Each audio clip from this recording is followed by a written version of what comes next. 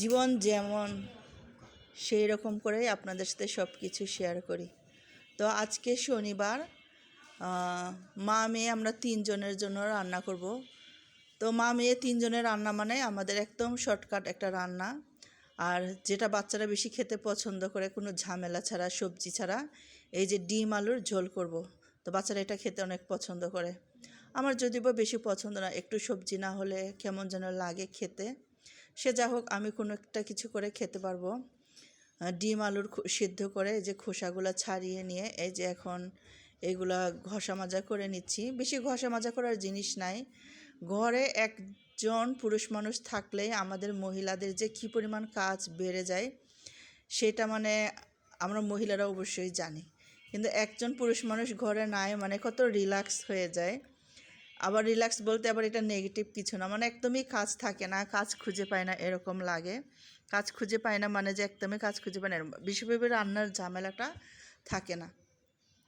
তো এই যে অল্প কয়েকটা প্লেট ছিল, এগুলো একটু ধুয়ে নিচ্ছি, তারপর রান্না করব। তো রান্নার এর মধ্যে আমার মেয়েটা হলো, বড় মেয়েটা কোচিংয়ে গিয়েছে একটা, সকাল থেকে এই যে 10টার দিকে এসেছিল।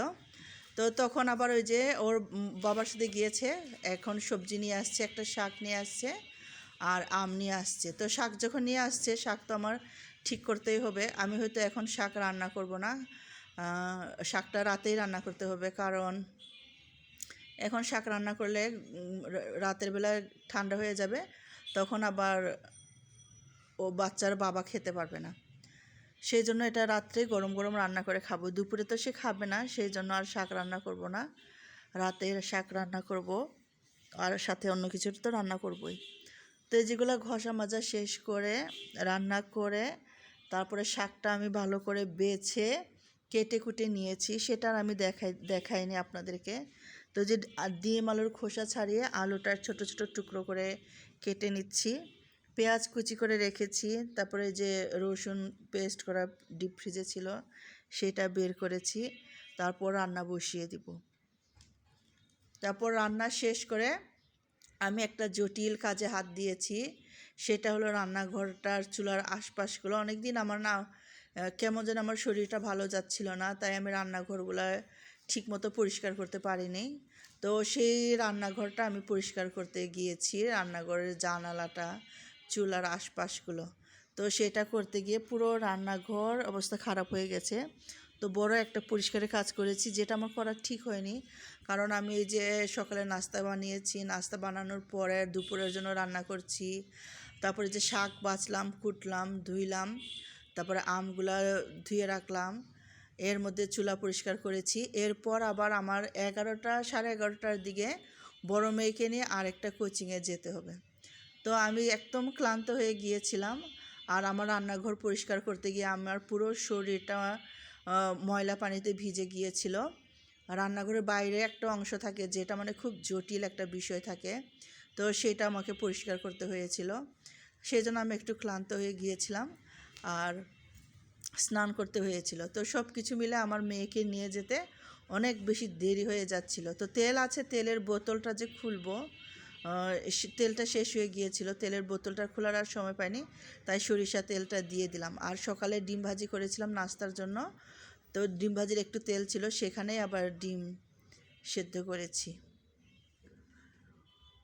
তো বাচ্চাদের জন্য ডিম ভাজি করেছি, আমরা অন্য কিছু খেয়েছি। তো বাচ্চা মানুষ দিনে 2টা ডিম খাবে, এটা কোনো সমস্যা না। ডিম ভাজি করে নাস্তা করেছে, আবার ডিম ভুনা করছি আলু দিয়ে, আর এটা ওরা খেতে পছন্দ করে, আমি পছন্দ করি না, ওরা পছন্দ করে ওদের জন্য। তো আজ এখানে সব মশলা টশলা দেওয়া আছে আলুতে, মানে শর্টকাটে রান্না, অত কিছু করতে পারবো না।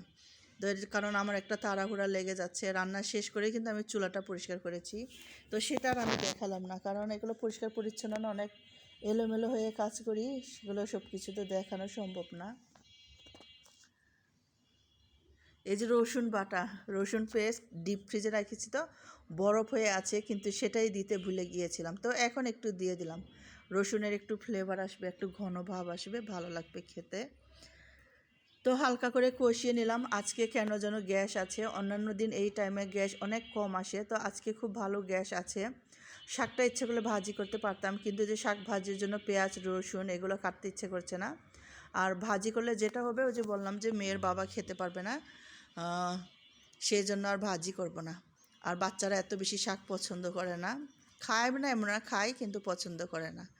তো এই যে মেয়েকে কোচিংয়ে দিয়ে আসছি, স্নান করে রেডি হয়ে তাড়াহুড়োর মধ্যে কোচিংয়ে দিয়ে এখন আবার বাসায় ফিরছি, কারণ ছোট মেয়ের পরীক্ষা আছে, ছোট মেয়েকে পড়াতে হবে।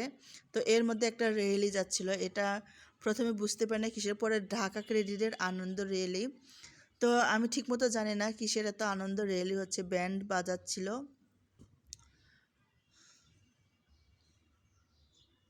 তো পথে যেতে যেতে রিকশায় বসে মা মেয়ে ভিডিও করছি। তো ক্লান্তি নিয়ে এসেছিলাম, এখন একটু ভালো লাগছে রিকশায় চড়ে আসলাম, এখন আবার রিকশায় চড়ে যাচ্ছি। ভেবেছিলাম হাঁটবো, কিন্তু ক্লান্ত হওয়ার ভয়েই হাঁটছি না, আর নিজেকে ক্লান্ত করতে চাচ্ছি না, কারণ নিজেরও কাজ আছে, মেয়েরও পড়া আছে। আমি না হয় ক্লান্ত হব, কিন্তু মেয়ে ক্লান্ত হলে একটু সমস্যা আছে, পরীক্ষার পড়া পড়তে হবে, ক্লান্ত হলে আর পড়তে পারবে না। এখন দুই মেয়েরই পড়াশোনার অনেক চাপ যাচ্ছে, মানে পরীক্ষার সময়ে চাপ যায়, এটা স্বাভাবিক। আর দিনের পর দিনে না পড়লে যেটা হয়, তাই প্রতিদিনের পর প্রতিদিন পড়লে ওদের জন্য ভালো। তাই একটা দিন মানে এলোমেলো হওয়া মানে অনেক কিছু এলোমেলো হয়ে যাওয়া।